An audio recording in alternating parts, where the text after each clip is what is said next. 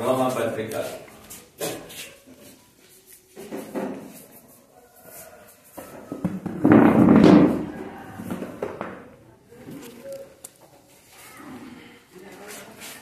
Roaming రాసిన పత్రిక 12వ అధ్యాయం మొదటి నుంచి 16వ వచనం చెప్తారు.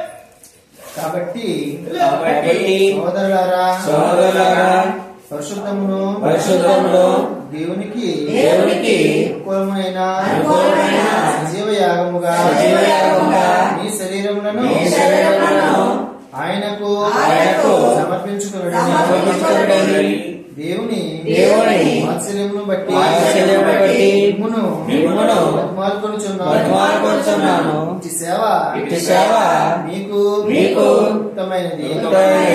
మీరు ఈ లోక మర్యాదను అనుసరింపక ఉత్తమమును అనుకూలమును సంపూర్ణమునై ఉన్న దేవుని చిత్తమేదో పరీక్షించి తెలుసుకున్నట్లు మీ మనస్సు నూతనముంట వలన రూపాంతరము తన్ను తాను ఎంచుకొనదగిన దానికంటే ఎక్కువగా ఎంచుకొనక దేవుడు ఒక్కొక్కరికి విభజించి ఇచ్చిన విశ్వాస పరిమాణ ప్రకారం నాను స్వస్థ బుద్ధి గలవాడొకటకై తగిన రీతిగా నన్ను ఎంచుకొనవలనని నాకు అనుగ్రహింపబడిన బట్టి మీలోనున్న ప్రతి వానితోనూ చెప్పుచున్నాను. ఒక్క శరీరములో మనకు అనేక అవయవములు ఉండినను ఈ అవయవము అన్నిటికీ ఒక్కటే పని ఎలాగూ ఉండదో అలాగే అనేకులమైన మనము క్రీస్తులో ఒక్క శరీరముగా ఉండి ఒకరికొకరము ప్రత్యేకముగా అవయవమై ఉన్నాము.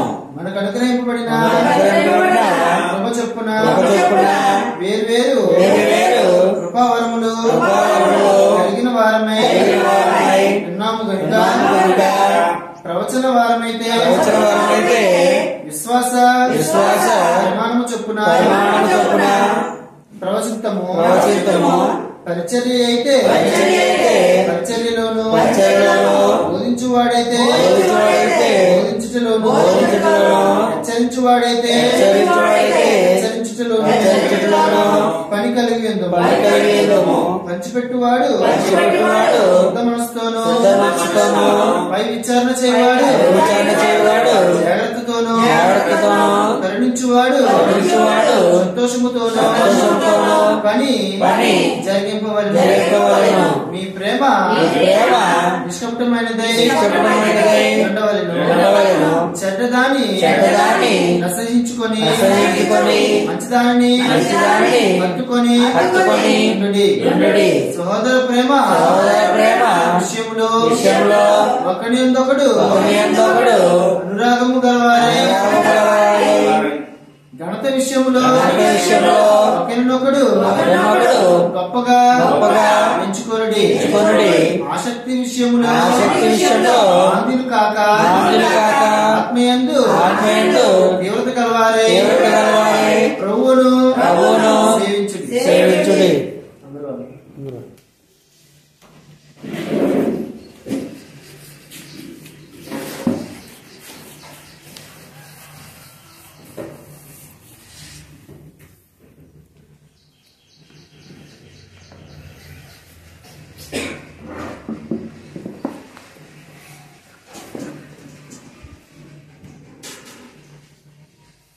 దేవుని ఉన్నతమైనటువంటి పిలుపుతో మనం ఈ స్థలంలోనికి వచ్చాం. వచ్చిన మనమందరం కూడా క్రీస్తు శరీరంలో అవయవాలుగా ఉన్నటువంటి వారం. క్రీస్తు వాక్యమునకు, క్రీస్తు బోధకు లోబడి మనము చక్కటి జీవితాలను కొనసాగించవలసినటువంటి వారమై ఉన్నాం.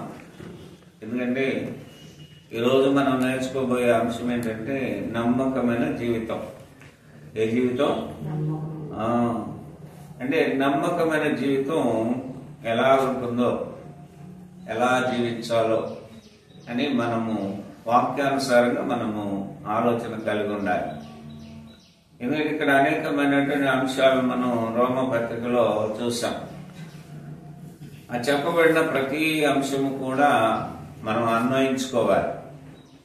ఎందుకంటే ప్రతి విషయంలో మనిషి తప్పిపోయే అవకాశం ఉంది లోకంలో ఉన్నాం కనుక. ఎందుకంటే ఇక్కడ మనము అనేకులమై ఉన్న కూడా ఒక్క శరీరంలో ఉన్నాం. అనేకులమై ఉన్నటువంటి మనం 12వ అధ్యాయము 4-5 వచనాలు చూస్తే రోమపత్రిక, ఒక్క శరీరంలో మనకు అనేకమైన అవయవములు ఉండినను ఈ అవయవములన్నిటికీ ఒకటే పని ఎలాగూ ఉండదో అలాగే అనేకులమైన మనము క్రీస్తులో ఒక శరీరముగా ఉండి ఒక్కరికొక్కరము ప్రత్యేకముగా ఎలాగున్నామంట? ఒకరికొకరము అంటే ఒకరికొకరికి ఏముందంటే సంబంధం ఉంది. ఎవరి మట్టుకు వాడు జీవించడానికి లేదు. ఎందుకంటే సంఘము దేవుని రక్తము చేత కొనబడిన సంఘం. ఇది దేవుని స్వరక్తం ఇచ్చి సంపాదించిన సంఘం. ఈ సంఘంలో ఉన్న ప్రతి ఒక్కరూ ఇక్కడ కొన్ని ప్రత్యేకతలను కలిగి ఉన్నారు. ఒకటి, ఒక్క శరీరములో మనకు అనేక అవయవములు ఉండినను ఈ అవయవములన్నిటికీ ఒక్కటే పని ఎలాగో ఉండదో అలాగే అనేకులమైన మనము క్రీస్తులో ఒక శరీరముగా ఉండి ఒకే ఒక శరీరం, అదే సంఘం. సంఘంలో మనము మన స్థితిగతులు ఎలాగున్నా మనకు ఇవ్వబడిన తలాంతులు మాత్రము దేవుని పని కొరకు ఉపయోగించవలసిన బాధ్యత మనందరి మీద ఉంది.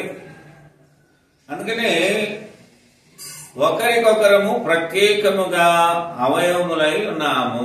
ఎవరి మట్టుకు వారికి కలిగినటువంటి శక్తిని బట్టి, బలాన్ని బట్టి, జ్ఞానమును బట్టి, దేవుడిచ్చిన మంచి ఆరోగ్యాన్ని బట్టి మనము ఎలా ఉండాలంట? మంచి అవయవాలుగా ఉండాలి.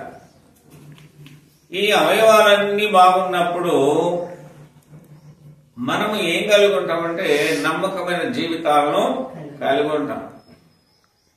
అవయవం బాగలేనప్పుడు అది పనిచేసే అవకాశము లేదంటే దేవుడు మనకిచ్చిన ఈ శరీరములతో దేవునిని మహిమపరచాలి. ఎవరిని మహిమపరచాలి? దేవునిని. నమ్మకమైన జీవితానికి కావలసినవి ఒక్కొక్కటి మనం చదువుకుందాం. ఎఫెసీయులకు రాసిన పత్రికలో అపోస్తులైన పౌలు చెప్పినటువంటి సంగతిని పరిశీలించబోతున్నాం. ఎఫెసీయులకు రాసిన పత్రిక 5వ అధ్యాయము 8వ వచనం. మీరు పూర్వమందు చీకటై ఉండిరి, ఇప్పుడైతే ప్రభువునందు వెలుగై ఉన్నారు. వెలుగు ఫలము సమస్త విధములైన మంచితనము, నీతి, సత్యమును వాటిలో కనబడుచున్నది అని వాక్యం తెలియజేస్తుంది. పౌలు కూడా సంఘముతో మాట్లాడుతూ చెప్పినటువంటి విషయం ఏంటంటే, పూర్వమైతే ఎలా ఉన్నారు? మీరు చీకటి అయి ఉంటది, చీకటిలో ఉన్నారు. ఇప్పుడు క్రీస్తు సంఘములో చేర్చబడిన వారు నమ్మకమైన జీవితాన్ని కొనసాగించాలి. నమ్మకమైన జీవితం కొనసాగించాలంటే ఇప్పుడైతే ప్రభువునందు వెలుగై ఉన్నారు. మీలో వెలుగు ఉండాలి, నాలో వెలుగు ఉండాలి. ఎందుకంటే మనం వాక్యమును విన్నాం, విశ్వసించాం, ఒప్పుకొని మార్మనసు పొంది బాప్తిజం పొంది, ముంచబడిన బాప్తిజం పొంది మనము రక్షణ పొందాం. క్రీస్తులో, క్రీస్తు శరీరంలో చేర్చబడ్డాం. చేర్చబడిన మనము ఈ లోక సంబంధమైనటువంటి రీతిలో కాకుండా దేవుని వెలుగు ఉండాలి, వాక్యం ఉండాలి. మనలో ఏముండాలి? వాక్యం లేకుండా, క్రియలు లేకుండా మనం ఉంటే వాటి వలన ప్రయోజనము లేదు. ఇక్కడ వెలుగు ఫలము సమస్త విధములైన మంచితనము ఒకటి, నీతి రెండవది, సత్యమను వాటిలో కనబడుచును. ఇవి కనిపించాలి. నమ్మకమైన జీవితం సాగించే వారు సంఘంలో ఉండి క్రీస్తు సంఘంలో ఉన్నటువంటి వారి కొరకే మాట్లాడుతున్నాడు అపోస్తుడైన పౌలు. ఏమంటున్నాడంటే, మీరు లోకంలో వెలుగై ఉన్నారు, ప్రభువునందు వెలుగై ఉన్నారు. వెలుగు ఫలం ఏంటి? సమస్త విధములైన మంచితనము. మనలో మంచితనమే కనిపించాలి తప్ప చెడు కనిపించకూడదు. రెండవది, నీతి కనిపించాలి. నీతి అంటే దేవుడినే నమ్ముకోవడం నీతి, దేవుడు చెప్పిందే చేయటం నీతి, దేవుడు తండ్రి అయిన దేవుడు కోరిన ఆరాధన చేసేదే నీతి. అలాంటి ఆరాధన చేస్తే అది నీతి అవుతుంది. దేవుడు చెప్పినటువంటి వాటిని మనం సంఘంలో చేసిన, బయట వెళ్ళినప్పుడు మాదిరికరంగా జీవించకపోయినా మన మాటలు, చూపులు, ఆలోచనలు, ప్రవర్తన, మన హృదయ ఆలోచనలు ఎవరు గమనిస్తున్నారంటే దేవుడు గమనిస్తున్నాడు. అందుకే నీతియుక్తమైన జీవితాలను కొనసాగించాలి. మనల్ని మనం కాపాడుకుంటూ ఉండాలి. మనం దేవునికి సమర్పించుకోవాలి. మూడవది, సత్యమను వాటిలో కనబడు. సత్యం కనిపించాలి మనలో, అసత్యం కాదు. ఎప్పటికప్పుడు మారిపోయేటటువంటి సేవకులను మనం చూస్తుంటాం. ఎప్పటికప్పుడు మారిపోయేటటువంటి సంఘ సభ్యులను మనం గమనిస్తూ ఉంటాం. బోధ కూడా ఆ వాతావరణాన్ని బట్టి మారిపోయే అవకాశం ఉంది. అయితే అలాంటిది చెప్పడం లేదు. మీరు లోకములో ప్రభువునందు ఎలా ఉన్నారంటే వెలుగై ఉన్నారు. ముందేమో చీకట్లో ఉన్నారు, ఇప్పుడు ఎక్కడున్నారు? వెలుగై ఉన్నారు. ఈ వెలుగులో ఏముండాలంటే మార్గం చూపెట్టే ఒక మంచి వెలుగుగా ఉండాలి. అలాగే వెలుగు అనేది ఎప్పుడూ కూడా విలువైనటువంటి మార్గాన్ని చూపెట్టేదిగా ఉంటుంది. ఆ వెలుగు ఎక్కడ ఉందంటే క్రీస్తులో ఉంది. అందుకనే మనలో కూడా ఏముండాలంటే సమస్త విధములైన మంచితనము, నీతి, సత్యం. ఈ మూడు కూడా ఒక క్రైస్తవంలో కనిపించాలి. క్రీస్తు సంఘంలో ఉండే వారి కొరకు ఈ బోధ. అయితే క్రీస్తు వెలుపలేనటువంటి మత శాఖల వారు ఉన్నారు. వారు ఈ వాక్యాన్ని బట్టి వారు కూడా లోకంలో వాక్యానుసారంగా మారు మనసు పొంది రక్షణ పొందవలసిన వారై ఉన్నారు. వెలుగంటే ఏదో చర్చికి వెళ్ళాం వచ్చేసాం అన్నది వెలుగు కాదు. 4 పాటలు పాడాం, వాక్యం చదివాం, ఆయన బోధ విన్నాం, కానుకలు ఇచ్చేసాం అంటే అది నీతి కాదు. ఇక్కడ ఏంటంటే దేవుని బిడ్డల వలె జీవించాలి. ఏ బిడ్డలు? చూద్దాం. ఫిలిప్పీయులకు రాసిన పత్రిక 2వ అధ్యాయం 14-15 వచనాలు చదువుతున్నాం.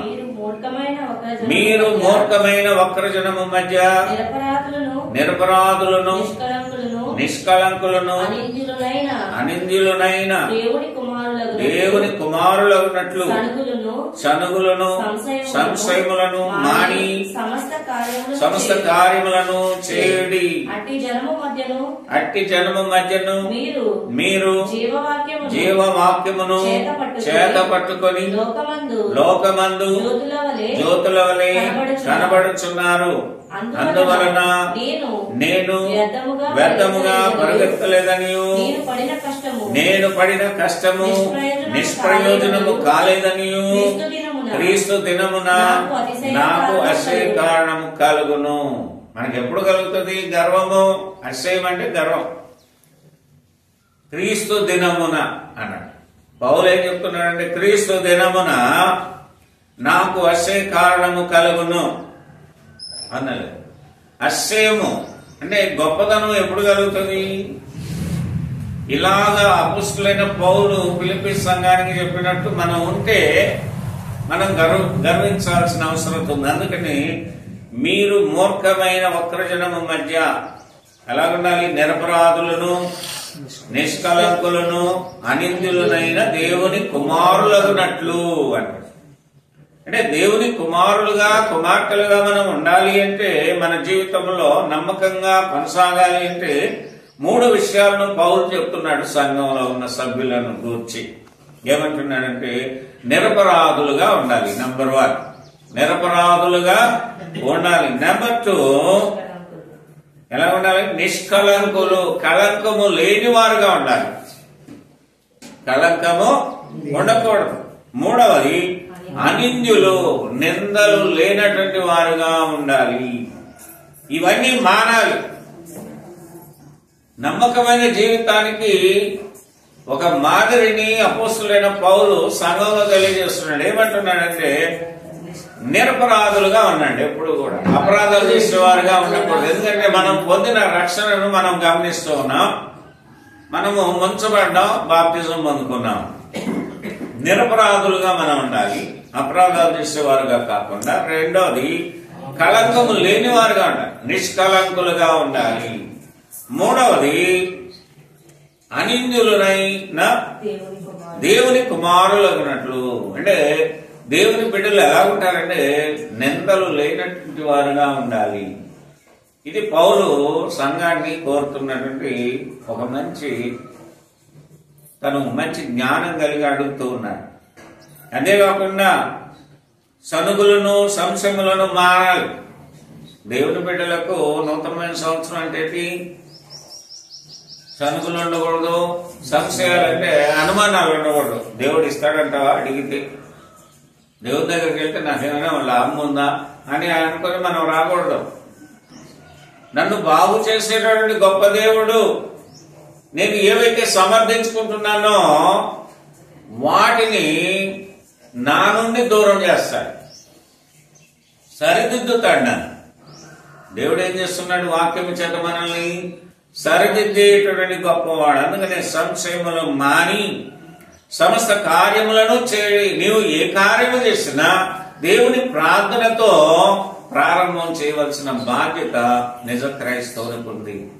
పౌలు అదే చెప్తున్నాడు. ఏమంటున్నాడంటే అట్టి జనము మధ్యను మీరు జీవవాక్యమును చేత పట్టుకొని. ఏ వాక్యం అంట? జనాలు అందరూ కూడా దేవుని మందిరాలకు వెళ్ళొచ్చు, అయితే జీవవాక్యము లేనటువంటి వారు ఎంతో మంది లోకంలో ఉన్నారు.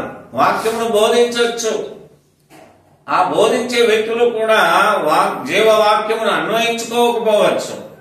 సంఘములో పెద్దలు ఉండొచ్చు, కానీ సంఘములో ఉన్న పెద్దలు జీవవాక్యమును చేతపట్టుకోకుండా ఉండొచ్చేమో బహుశా. ఇప్పుడు ఏం కావాలి? వారు చేత పట్టుకోవాలి. ఏం పట్టుకోవాలంటే జీవవాక్యమును.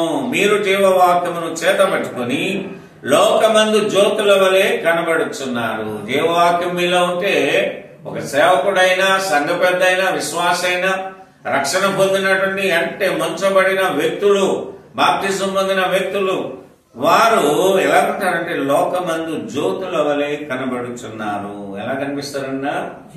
జ్యోతులు. జ్యోతులు అంటే దీపాల వల్లే కనిపిస్తారు. ఇప్పుడు మొన్న అనేక స్థలాల్లో చూస్తే క్యాండిల్స్ వెలిగించుకున్నారు. అంటే క్రీస్తు ఆరాధనని, క్రిస్మస్ అని చేసుకుంది లోకం ఈ నెలలోనే. కానీ ఆ క్యాండిల్లో ఉన్నటువంటి విలువలు వారు గమనించడం లేదు. వెలిగిస్తున్నారు, అయితే వెలుగు అందరికీ ఇవ్వడము లేదు.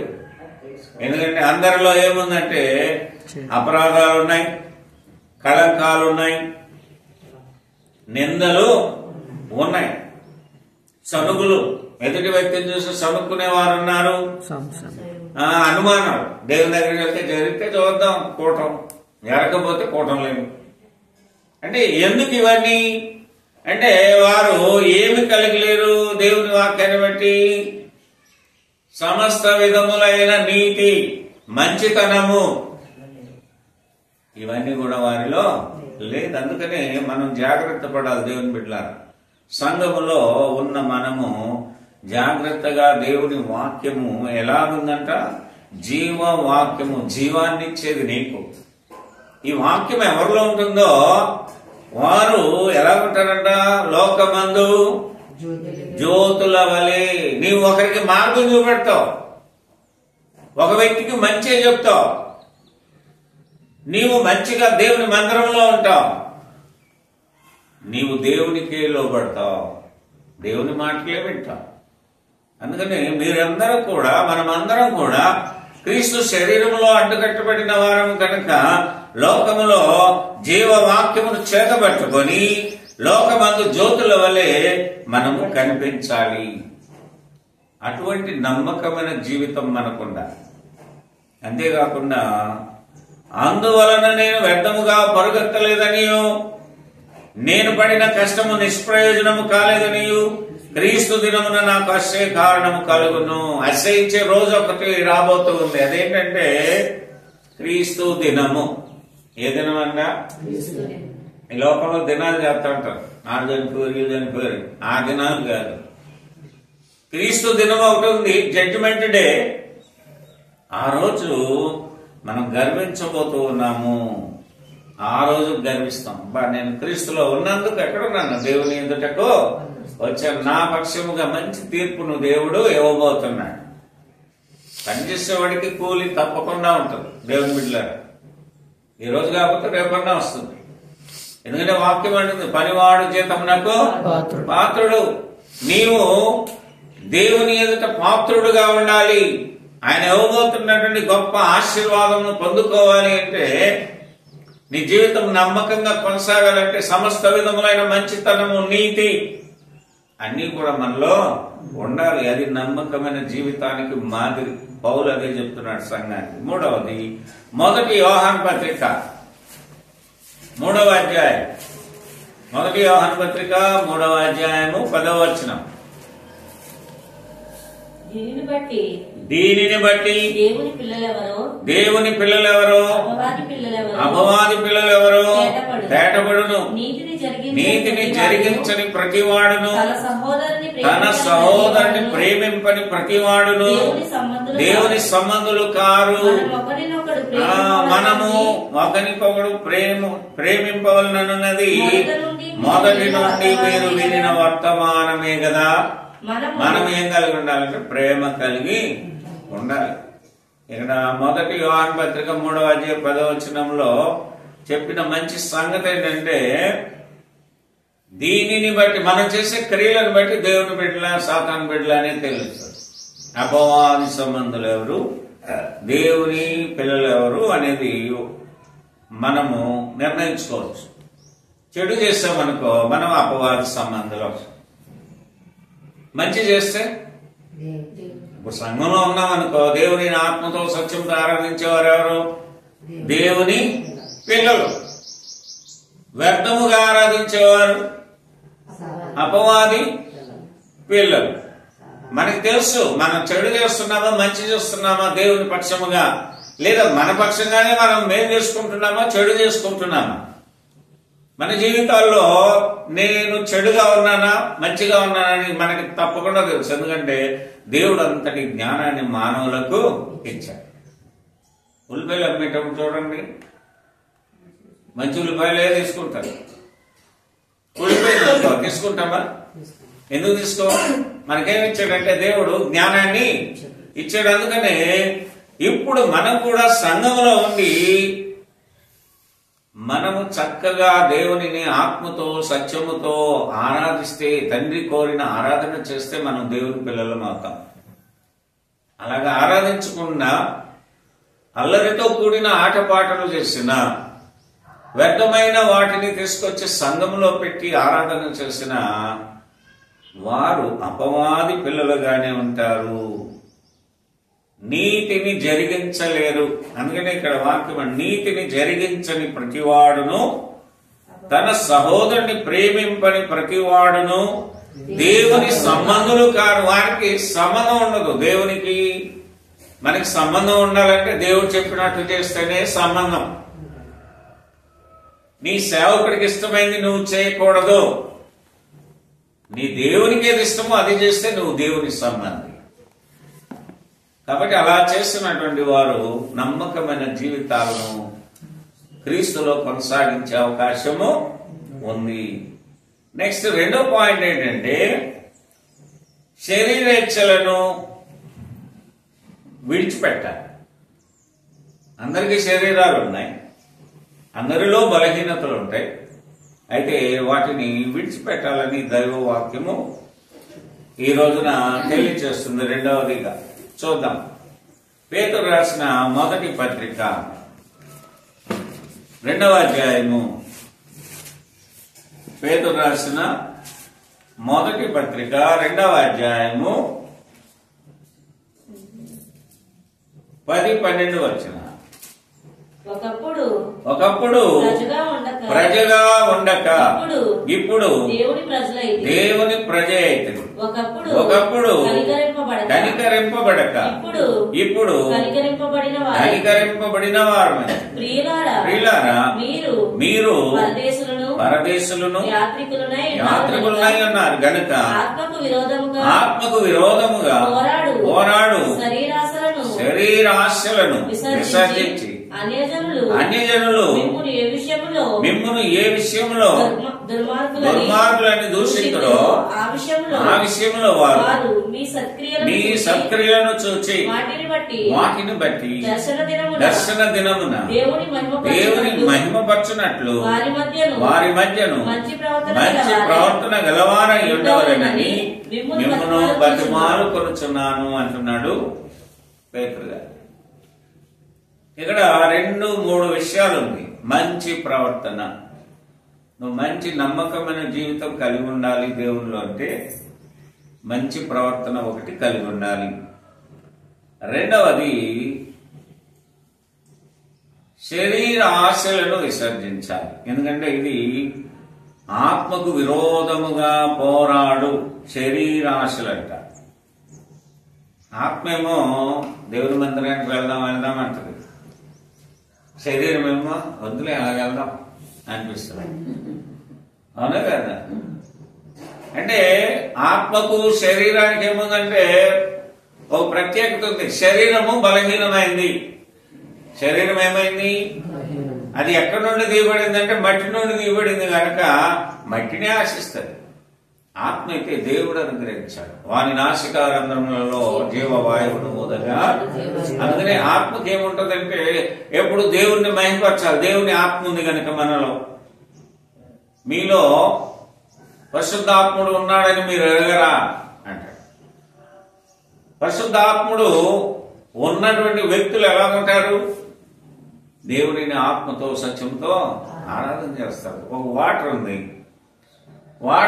వాటర్లో కలిపితే మళ్ళీ బయటికి తీయగలమమ్మా? నీటిలో నీటిని వేస్తే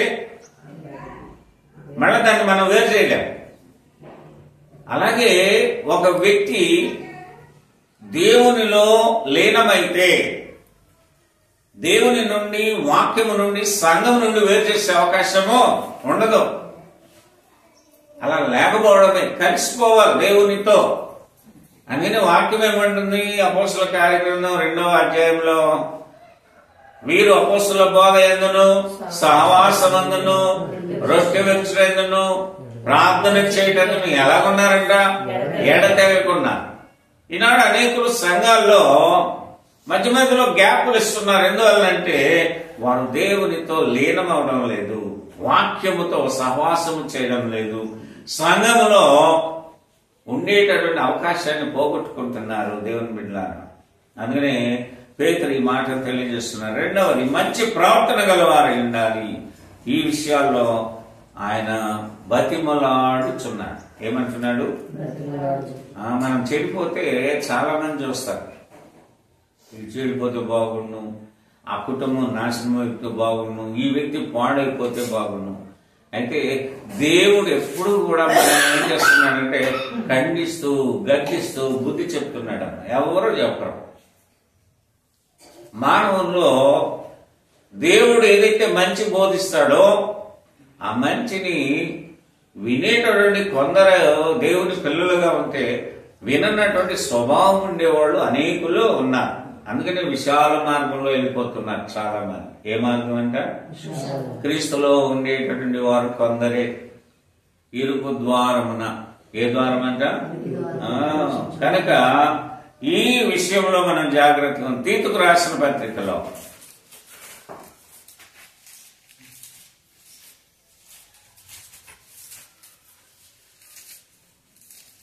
తీతుకు రాసిన పత్రిక 2వ అధ్యాయము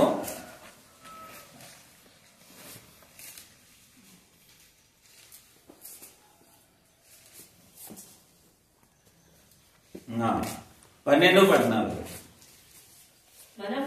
మనము భక్తిహీనతను ఇహలోక సంబంధమైన దురాశలను విసర్జించి శుభప్రదమైన నిరీక్షణ నిమిత్తము అనగా మహాదేవుడును మన రక్షకుడునైన యేసుక్రీస్తు మహిమ యొక్క ప్రత్యక్షత కొరకు ఎదురు చూచుచు ఈ లోకములో స్వస్థ బుద్ధితోను నీతితోను భక్తితోను బ్రతుకుచుండవలెనని మనకు బోధించుచున్నది. అది అసలు విషయం. మనం ఎలా బ్రతకాలి? మామూలుగా బ్రతుకుతూ ఉంటారు అందరూ కూడా. అయితే మన నమ్మకమైన జీవితం ఏంటి? అందరూ ప్రార్థనకు వెళ్ళినా వెళ్ళకపోయినా దేవుడు అన్ని ఇస్తాడు. భోజనాలు ఇస్తున్నాడు, బట్టలు ఇస్తున్నాడు, ఆరోగ్యాన్ని ఇస్తున్నాడు, ఏదో ఒక చోట ఉండటానికి ఒక గృహం ఇచ్చాడు, ఒక పనిని అప్పగించాడు లోకంలో కదమ్మా. మీరందరూ ఏదో పని చేస్తున్నారా లేదా? అమ్మ మీరు పని చేస్తున్నారా లేదా? అలాగే అందరికి ఏదో ఒక పనిని దేవుడు లోకంలో వాళ్ళు బ్రతకడానికి ఒక పనిని అప్పగించాడు. అయితే ఇక్కడ నమ్మకమైన జీవితం ఎలా కొనసాగుతుంది? సంఘంలో ఉంటే కొనసాగుతుంది. సంఘంలో ఎలా ఉండాలి? నీవు స్వస్థ బుద్ధి కలిగి ఉండాలి. లోకములు అంటే యువర్ స్పెషల్ టు గాడ్. దేవునికి నువ్వు ప్రత్యేకింపబడిన. ఒకప్పుడు చీకటిలో ఉన్నావు, ఇప్పుడు ఎక్కడున్నావు? వెలుగులో ఉన్నావు. ఈ వెలుగులో ఉన్న మనము స్వస్థ బుద్ధితోనూ నీతితోనూ భక్తితోనూ ఎలా ఉండాలి? బ్రతుకుచుండాలి. బ్రతుకు డబ్బుతో బ్రతికాను, మంచి ఉద్యోగం కలిగి బ్రతికాను, మంచి చదువు ఉంది, జ్ఞానం ఉంది, నేను బలం కలిగిన వాడిని. గర్వంతో బ్రతికేవారు కొందరు, అసూయతో బ్రతికేవారు. అటువంటి బ్రతుకులుగా తీతు పత్రికలో చెప్పినటువంటి ఒక గొప్ప మాట ఏంటంటే, మనము భక్తిహీనతను ఇహలోక సంబంధమైన దురాశలను విసర్జించి. ప్రతి ఒక్కరికి ఆశ ఉంటుంది. అది ఏ ఆశలుగా ఉండకూడదు? ఇహలోక సంబంధమైన దురాశలను విసర్జించి శుభప్రదమైన మీకు అందరికి శుభాలు కలిగేలాగా, మీ జీవితాల్లో మేలు కలిగేలాగా ఎలా ఉండాలంటే శుభప్రదమైన నిరీక్షణ నిమిత్తము. మీకు శుభాలు జరగాలంటే నిరీక్షించాలి. దేవుడు ఇవ్వబోతున్నాడు ఆశీర్వాదాలు. లోకంలో ఈ దినాలన్నీ వెళ్ళిపోతుంటది, సంవత్సరాలన్నీ వెళ్ళిపోతుంటది. ఇది లాస్ట్ సండే, పునరుద్ధాన దినం. ఈ సంవత్సరంలో దేవుడు లెక్కడిగాడు అయ్యా, ఈ సంవత్సరంలో ఎన్ని ఆదివారాలు నువ్వు అమ్మా కుమార్తె ఈ సంవత్సరంలో ఎన్ని ఆదివారాలు సంఘంలో నన్ను ఆరాధన చేశావు అంటే మనకి ఎక్కువగా ఆప్షన్లే ఉంటాయి. ఎన్ని పాటలు నేర్చుకున్నావు? ఇవన్నీ మాకు కుదరదండి అనేవాళ్ళు ఉన్నారా లేదా? అనకూడదు. 13వ వచనం, అనగా మహాదేవుడు మన రక్షకుడనైన యేసుక్రీస్తు మహిమ యొక్క ప్రత్యక్షత కొరకు ఎదురు చూచు. మనకి ఎదురు చూపులు ఉండాలి. పండుగల కొరకు, సంవత్సర దినాల కొరకు, వాటి కొరకు ఎదురు చూడకూడదంట. ఇక్కడ ఒక మాట ఉంది, మహాదేవుడును మన రక్షకుడైన యేసుక్రీస్తు మహిమ యొక్క ప్రత్యక్షత కొరకు ఎదురు చూడాలి. వాటి కొరకు వీటి కొరకు ఎదురు చూడకూడదు. దేవుడు అవన్నీ ఇస్తాడు నీకు. నువ్వు అడిగినా ఇస్తాడు, అడగపోయినా ఇస్తాడు. నిన్నెంతవరకు ఈ లోకంలో ఉంచాలో ఆయనకి తెలుసు. అయితే నీవు ఎలాగుండాలి? 3 విషయాలు గుర్తుపెట్టుకోవాలి. స్వస్థ బుద్ధితో ఉండాలి. నీ బుద్ధి అనారోగ్యంతో ఉండకూడదు. స్వస్థ బుద్ధితో ఉండాలి. రెండవది నీతి కలిగి ఉండాలి, నీతితోనూ. మూడవది భక్తితోనూ. బ్రతుకుచుండవలనని మనకు బోధించుచున్నది. మనకి బోధ ఏం కలుగజేస్తుంది? క్రీస్తు బోధ ఏంటంటే నీవు ఈ లోకంలో స్వస్థ బుద్ధి కలిగి ఉండాలి. రెండవది నీతితో ఉండాలి. మూడవది భక్తితోనూ బ్రతికితే ఆ జీవితము నమ్మకమైన జీవితం అన్నమాట. వారు దేవుని పిల్లలు. వారు ఎవరి పిల్లలమ్మా? దేవుని పిల్లలు. అలాగే గలతీయులకు రాసిన పత్రిక వచ్చాం. 5వ అధ్యాయం.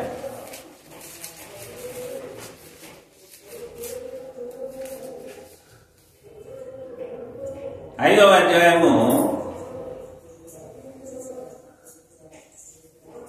19 నుండి 21 వచ్చిన శరీర కార్యములు స్పష్టమైనవి.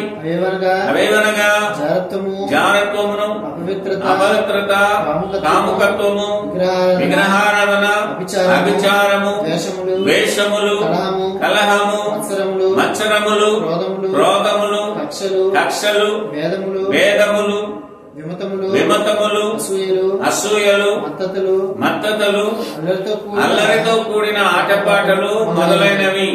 వీటిని గూర్చి నేను మునుపు చెప్పిన ప్రకారము ఇటు వాటిని చేయవారు దేవుని రాజ్యమును స్వతంత్రించుకొనరని మీతో స్పష్టముగా చెప్పుచున్నాను. ఎలా చెప్తున్నాను? స్పష్టత రావాలి మనకు కూడా. నేను ఎలాగున్నాను?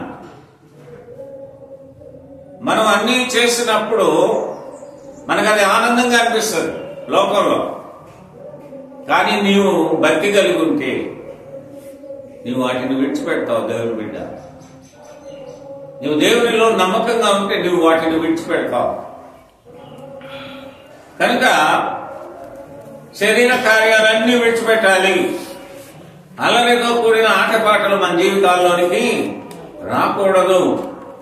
మూడవది, ఇక్కడ ఒక వాగ్దానం ఉంది. దేవుని రాజ్యమును స్వతంత్రించుకోవాలంటే ఇటు వాటిని చేయవారు దేవుని రాజ్యమును స్వతంత్రించుకొనరని మీతో స్పష్టముగా, అంటే సంఘంలో ఉండే ప్రతి సభ్యునికి వాక్యము చేత ఆయన మాట్లాడుతున్నాడు.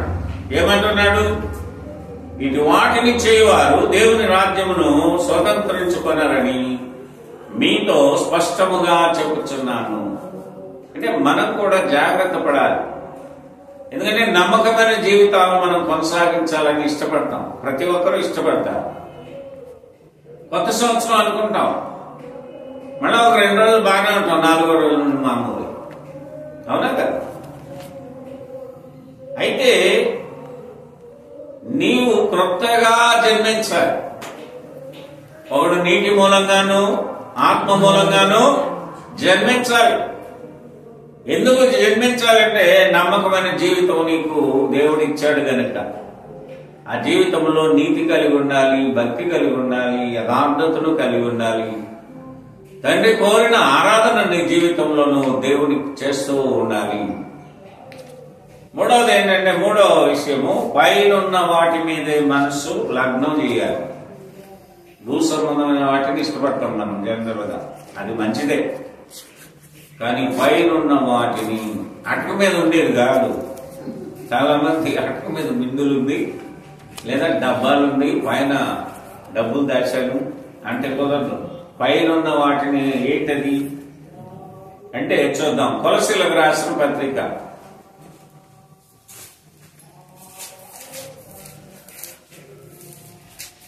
3వ అధ్యాయము 2వ వచనం. పైనున్న వాటి మీదనే గాని భూ సంబంధమైన వాటి మీద మనసు పెట్టుకొనకుడి. ఏలైనగా మీరు మృతి పొందితిరి, మీ జీవము క్రీస్తుతో కూడా దేవుని యందు దాచబడి ఉన్నది. మీ జీవం ఎవరిలో ఉందంటే దేవుని యందు దాచబడి ఉంది. చాలు. పైనున్న వాటి మీదనే గాని, పైన ఏముంది? పరలోకం ఉంది, దేవుని సింహాసనం ఉంది, దేవదూతలు ఉన్నాయి, అతి పరిశుద్ధ స్థలం ఉంది. అక్కడ ఉందా లేదా? ఈ విషయాలను గమనించాలి. కుమారుడైన యేసుక్రీస్తు వారు అన్నారు, తండ్రి కుడి పార్శ్వమున ఉన్నాడా లేదా?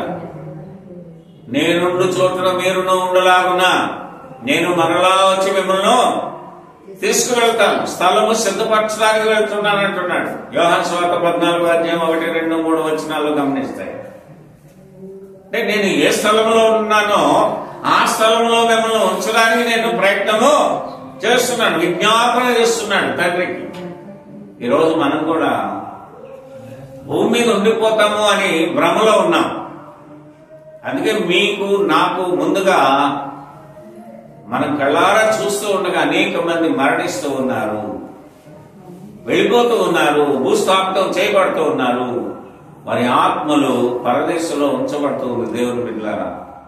అందుకని పైనున్న వాటి యందు పైనున్న వాటి మీదనే గాని భూ సంబంధమైన వాటి మీద ఏం పెట్టుకోకూడదు. మనం ఎక్కువగా భూ సంబంధమైన వాటిని ప్రేమిస్తూ ఉంటాం, దేవుడిని మర్చిపోతాం, దేవుని కార్యాలు మర్చిపోతాం. దేవుడు ఇవన్నీ ఎందుకు ఇచ్చాడంటే నీవు వీటన్నిటిని బట్టి దేవుడిని మహింపరచాలని. కానీ మనం మహింపరుస్తున్నామా? ఆరాధన చేయగలుగుతున్నామా? సత్యంలో ఎదగలుగుతున్నామా? అందుకని మనస్సు పెట్టుకొనకూడి. భూమి మీద ఎంత గొప్పవారైనా ఉండొచ్చు, అందగాళ్ళు ఉండొచ్చు, అందగత్తెలు ఉండొచ్చు, డబ్బు ఉన్న వాళ్ళు ఉండొచ్చు, డబ్బు లేని వాళ్ళు ఉండొచ్చు, జ్ఞానవంతులు ఉండొచ్చు, జ్ఞానహీనులైనటువంటి వారు ఉండొచ్చు, నీ కులపోళ్ళు ఉండొచ్చు, కులం లేనటువంటి వాళ్ళు కూడా ఉండొచ్చు. అయితే వారి మీద మనస్సు పెట్టుకోకు, అది మంచిది కాదు. నీ ధనం ఎక్కడ ఉండునో అక్కడ నీ మనస్సు ఉంటది. అట్టి మనస్సు నేనేం చేస్తుందంటే దేవునికి దూరము చేస్తుంది. ప్రతి ఒక్కరూ జాగ్రత్త పడి క్రొత్త జీవితాన్ని, నమ్మకమైన జీవితాన్ని మనం కొనసాగించాలని దేవుని వాక్యము హెచ్చరిస్తూ ఉంది. 3వ వచనం, ఏలైనగా మీరు మృతి పొందితిరి. ఏం పొందారు? ఈ పాపాలన్నీ విడిచిపెట్టేస్తారు. ఇంకా దానికి మనకు సంబంధం లేదు. మనం సంబంధం దేంతో ఉంది? సంఘముతో ఉంది. క్రీస్తు సంఘముతో ఉంది. నీ సంబంధం క్రీస్తుతో ఉంది. క్రీస్తు ఎవరు అంటే అభిషిక్తుడు. యేసుక్రీస్తు ఎవరంటే రక్షకుడు. కాబట్టి రక్షకుడిని వెంబడిస్తే నీకు రక్షణ ఉంది. క్రీస్తు మనస్సు, క్రీస్తు యేసునకు కలిగిన ఈ మనస్సు మీరును కలిగి ఉండాలి. అందుకే కొలసీలకు రాసిన పత్రిక 3వ అధ్యాయం 3వ వచనంలో, ఏలైనగా మీరు మృతి పొందితిరి, మీ జీవము క్రీస్తుతో కూడా, ఎవరితో కూడా? క్రీస్తుతో కూడా దేవుని యందు దాచబడి ఉన్నది మీ జీవం. ఆయన అనుకుంటే తీసేస్తాడు తెలుసా? ఆయన ఎంతగానో ప్రేమిస్తున్నాడు మన. యోహాను సువార్త 3:16లో ఒక చక్కటి దేవుడు లోకమును ఎంతో ప్రేమించాడు. ఎందుకు ప్రేమిస్తున్నాడు? తన అద్వితీయ కుమారునిగా పుట్టిన వాని యందు విశ్వాసం ఉంచాలని. నువ్వేదో గొప్పగా ఉన్నావని కాదు, గొప్పగా ధనవంతుడుగా ఉన్నావని కాదు, జ్ఞానం కలిగి ఉన్నావని కాదు, నీ కులములో నీ వంశంలో నువ్వు గొప్పవాడని కాదు. ఎందుకంటే నిన్ను అంతగా ప్రేమిస్తున్నాడు. ఎవరు ప్రేమిస్తున్నారు? దేవుడు ప్రేమించేవాడు. అందుకని మీ జీవము క్రీస్తుతో కూడా దేవుని యందు దాచబడి ఉన్నది. 4వ వచనం, మనకు జీవమై ఉన్న క్రీస్తు ప్రత్యక్షమైనప్పుడు మీరును ఆయనతో కూడా మహిమయందు ప్రత్యక్షపరచబడుదురు. ఎప్పుడు? నమ్మకమైన జీవితం ఉంటే. ఏ దినమందు? క్రీస్తు ప్రత్యక్షమైనప్పుడు. అంటే ఎవరు ప్రత్యక్షమైనప్పుడు? ప్రత్యక్షమైనప్పుడు మీరును ఆయనతో కూడా మహిమయందు ప్రత్యక్షపరచబడుదురు. కాబట్టి అట్టి మహిమలో మనం కూడా పాలు పంపులు పొందాలంటే మన జీవితాలు ప్రేమైన దేవుడు బిడ్డలారా నమ్మకంగా ఉండాలి. ఇక్కడ కొన్ని విషయాలు దాచాలి. భోజనము నిమిత్తము దేవుని పనిని పాడు చేయకూడదు. రెండవది, విశ్వాసములము కానిది ఏదో అది పాపము. రోమీలకు రాసిన పత్రిక 14వ అధ్యాయం 3వ వచనం, మూడవది మిమ్మల్ని హింసించు వారిని దీవించుడి. మిమ్మల్ని ఎవరైనా బాధ పెడితే వారిని ఏం చేయాలి? శపించకూడదు, దీవించాలి. మన మాట ద్వారా, ఆలోచన ద్వారా, ప్రార్థన ద్వారా. మనకు ఎవరైతే కీడు చేస్తున్నారో, ఎవరైతే దెబ్బ తగలేలాగా చేస్తున్నారో, ఎవరైతే మనల్ని బాధ పెడుతున్నారో వారి కొరకు మనం ఏం చేయాలంటే దీవెనలు కుమ్మరించాలి, శపించకూడదు. అంతేగాని దీవించుడి గాని శపించవద్దు. ఎందుకంటే రోమపత్రికలో 12:14 చెప్తాడు పౌలు, దీవించాలి.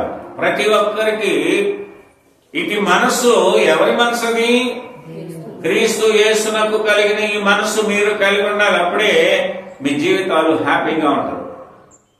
అదే నిజమైన కొత్త సంవత్సరం కాదంటారా? కనుక ఈ విషయాన్ని మనం గుర్తుపెట్టుకోవాలి.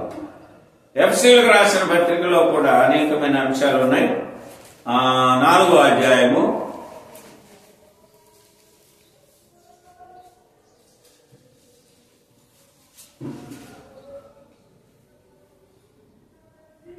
21వ వచనం. ఆయన యందలి సత్యము ఉన్నది, ఉన్నట్టుగానే ఆయన యందు ఉపదేశింపబడిన వారి ఎడల మీరాగు క్రీస్తును నేర్చుకుని వారు కాదు. ఆయనలో ఉన్న విషయాలు గాని మనం వినకపోతే ఆయన విషయాలు మనకేం తెలియదు. చదువు కావాలంటే స్కూల్కి వెళ్ళాలి, భోజనం చేయాలంటే అంగన్వాడీ స్కూల్కి వెళ్ళాలి, గుడ్లు పాలు. పిల్లలు బలంగా ఎదగాలంటే పెడతారా లేదా? ఎందుకు ఇవన్నీ ఇస్తుంది? ఒడిపించుకోమని కాదు, చక్కగా చదువుకోవాలని. పిల్లలకి బోర్డ్స్ మీద చెప్తుంటారు ఏ బి ఈ వాడు ఈ అన్నాడు అనుకో, టీచర్ ఏం చెప్తుంది? అరే ఈ కాదు, ఈ అంటే హ్రస్వాలు దీర్ఘాలు ఉన్నాయి. ఏ అక్షరాన్ని ఎలా పలకాలనో పిల్లలకు నేర్పుతూ ఉంటారు. మీ పిల్లల్ని కూడా క్రీస్తు బోధలో, శిక్షలో పెంచవలసిన బాధ్యత ఎవరికి ఉందంటే తల్లిదండ్రులకు ఉంది. నీవు నీ భార్యను ప్రేమించాలి అమ్మా, నీవు నీ భర్తకు లోబడి ఉండాలి. ఏంటిది? అయ్యా పిల్లలు, మీ తల్లిదండ్రులను మీరు సన్మానించాలి. ఏంటివి అంటే ఆజ్ఞ. బోధకుడా జాగ్రత్త పడు. బోధకులు కూడా ఏమై ఉండాలి? జాగ్రత్త ఉండాలి. మాటల్లో, ప్రవర్తనలో. అనేకులు సేవకుడిని చూస్తున్నారు, నీ మాటలు బాగుండాలి అని బైబిల్ బోధిస్తూ ఉంది, నేను కాదు. కాబట్టి వీటన్నిటినీ మనం ఆలోచన చేస్తున్నప్పుడు దేవుడు ఎటువంటి జీవితాన్ని మనకి ఇవ్వాలనే ఆలోచన కలిగి ఉన్నాడంటే నమ్మకమైన జీవితం. ఏ జీవితం? బయటకు వెళ్ళినప్పుడు కూడా నమ్మకంగా ఉండాలి, సంఘంలో ఉన్నప్పుడు నమ్మకంగా ఉండాలి, స్కూల్లో ఉన్నప్పుడు, కాలేజీలో ఉన్నప్పుడు, గ్రామంలో ఉన్నప్పుడు, వేరే పట్టణాల్లో ఉన్నప్పుడు, వేరే స్థలాల్లో ఉన్నప్పుడు, నీ బంధువుల మధ్య ఉన్నప్పుడు నువ్వు ఎలా ఉండాలంటే నమ్మకంగానే ఉండాలి. ఎందుకంటే నీలో జీవ వాక్యం ఉంది. ఏ వాక్యం ఉంది?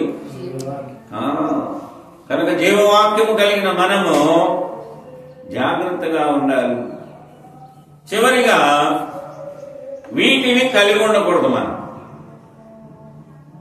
ఇప్పుడు ఇవన్నీ చెప్పాం నమ్మకమైన జీవితానికి. నమ్మకమైన జీవితం కలిగి ఉండాలంటే మనం ఇప్పుడు చెప్పే వాటిని కలిగి ఉండకూడదు. నెంబర్ 1, హత్య చేసేవారుగా ఉండకూడదు. ఎదుటి వ్యక్తిని బాధ పెట్టేవారుగా ఉండకూడదు. 1 యోహాను పత్రిక 3వ అధ్యాయం 15వ వచనం. రెండవది వినండి చాలు, అండర్లైన్ చేసుకోరు. 1 యోహాను పత్రిక 3వ అధ్యాయం 15వ వచనం. తన సహోదరుని ద్వేషించువాడు నరహంతకుడు. ఏ నరహంతకుని యందును నిత్యజీవం ఉండదని మీరు ఎరుగుదురు. ద్వేషించకూడదు, దాన్ని హత్య అంటారు. ఏమంటారు? మొదటి యోహాను పత్రికలో 3వ అధ్యాయము 15వ వచనంలో ఏమంటాడంటే, తన సహోదరుని ద్వేషించువాడు నరహంతకుడు అంట. ఎవరిని ద్వేషించకండి. అదే కొత్త సంవత్సరం. మనకి కొత్త బట్టలు వేసుకోవడం కాదు, కొత్త సున్నాలు వేసుకోవడం కాదు, పిండి వంటలు చేసుకోవడం కాదు, ఎవరిని తిట్టకండి. ఇది కష్టం కదా, ఏమండి? కష్టమే కదా. మీ ఆయన్ని తిడితే కానీ నీకు మనశ్శాంతి లేదు, మీ ఆవిడని కొడితే కానీ నీకు మనశ్శాంతి లేదు, మీ అమ్మ మీ నాన్నని బయటకు గెట్టేస్తే కానీ నీకు మనశ్శాంతి లేదు. ఉన్నారా లేదా లోకం? అయితే వాక్యం అది చెప్పడం లేదు. తన సహోదరుని ద్వేషించువాడు నరహంతకుడు. ఎవరిని ద్వేషించకండి. ఇది యేసుక్రీస్తులకు కలిగిన మనస్సు. అంతేకాకుండా ఏ నరహంతకుని యందును నిత్య జీవం ఉండదు. ఏ జీవం ఉండదు? ఎటర్నల్ లైఫ్ అనేది కావాలి అంటే, నిత్య జీవము కావాలంటే, నరహంతకులు అంటే మనుషులను బాధ పెట్టేవారు ఎవరు కూడా పరలోకం వెళ్ళరు. కాబట్టి ఇప్పుడే ఏం పొందాలి? మనము మనస్సు మార్చుకోవాలి. రెండవది, త్రాగుడు ఉండకూడదు. అమ్మా, కొత్త సంవత్సరం వచ్చిందంటే చాలా చోట్ల ఏం జరుగుతుంది? త్రాగుడు. స్నేహితులు కావచ్చు, బంధువులు కావచ్చు. హెబ్రీయులకు కాదు, మొదటి కొరింథీ పత్రిక 6వ అధ్యాయం 10వ వచనం. పౌలు చెప్తున్నాడు సంఘానికి, సంఘములో ఉన్నవారు జాగ్రత్తగా ఉండాలి. దేవుని బిడ్డలారా, రక్షణ పొందిన మనము జాగ్రత్తగా ఉండాలి. ఈ రక్షణ పొందినటువంటి వారు కూడా చాటుమాటుగా వేసేస్తా ఉంటారు కొంతమంది. ఉన్నారా లేదా? ఆయన ఏమి అడగలేదు. మనం అటువంటి వాళ్ళు కనిపిస్తూ ఉంటారు అక్కడక్కడ. కేజీ ప్యాకెట్లు వేసేసేవాళ్ళు, మందు తాగేసేవాళ్ళు, సిగరెట్లు తాగేవాళ్ళు. రక్షణ పొందావు, నువ్వు సంఘంలో ఉన్నావు, క్రీస్తు శరీరంలో ఉన్నావు, క్రిస్టియన్ గా బ్రతుకుతున్నావు. నువ్వు దేనికి వేరుగా ఉండాలి? త్రాగుడికి దూరంగా ఉండాలి. చూడండి, దొంగలైనను, లోబులైనను, త్రాగుబోతులైనను, దోషకులైనను, దోచుకున్న వారైనను దేవుని రాజ్యమునకు వారసులు కారు. ఇప్పుడే మానేయాలి అంతే. పౌలు చెప్పారు. ఏమేమి మానేయాలంట? దొంగతనం చేయకు. ఎవరిది? దొంగతనం చేసేవా? నీకు ఏ రాజ్యం లేదు, ఏ రాజ్యం లేదు. దేవుని రాజ్యానికి వారసులు కావు. రెండవది, లోబులు, పిసనారితనం. దేవునికి ఇవ్వవలసింది ఒక, ఇది నాది ఇది నాది అనుకున్నటువంటి వారు సంఘంలో ఉన్నారు. అననీయ సభ్యురాలు ఏమైపోయారు? వారు సంపాదించి దాచుకున్నారు కానీ అది అనుభవించలేకపోయారు. కారణం, దేవునికి ఇవ్వవలసింది ఒక పరిశుద్ధాత్ముడిని మోసగించారు. ఈనాడు సంఘంలో ఉండి మనము దేవునికి ఇవ్వలేకపోతే మనం కూడా దొంగలం అవుతాం. ఏమవుతాం? దొంగలమే. మూడవది, త్రాగుబోతులు, డ్రింక్ చేసేవారు. నీవు దేవుని బిడ్డగా పిలువబడినప్పుడు, రక్షణ పొందిన నీవు ఒక త్రాగుబోతుగా, త్రాగుడు తాగే వ్యక్తిగా నీవు ఉండకూడదు. ఎందుకంటే దేవుడు నిన్ను అందంగా సృష్టించాడు. కాబట్టి ఆ త్రాగుడు వలన నీ శరీరము నాశనం అవుతుంది, నీ ధనము వ్యర్థముగా పోతూ ఉంది, నీ ఆరోగ్యము క్షీణించిపోతూ ఉంది, నీ కుటుంబ విలువలు నీ వలన పాడైపోతూ ఉంది.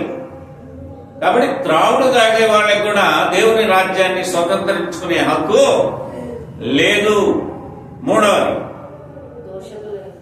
దూషకులైనను అంటే ఇతరులను దూషిస్తూ ఉంటారు. తిట్టడమే వారి పని. మనం ఇతరులను తిట్టకూడదు. ఎప్పుడు మన గురించి మనం ఆలోచించే. ఈ దూషించేవారు కూడా దేవుని రాజ్యానికి వారసులు కాదు.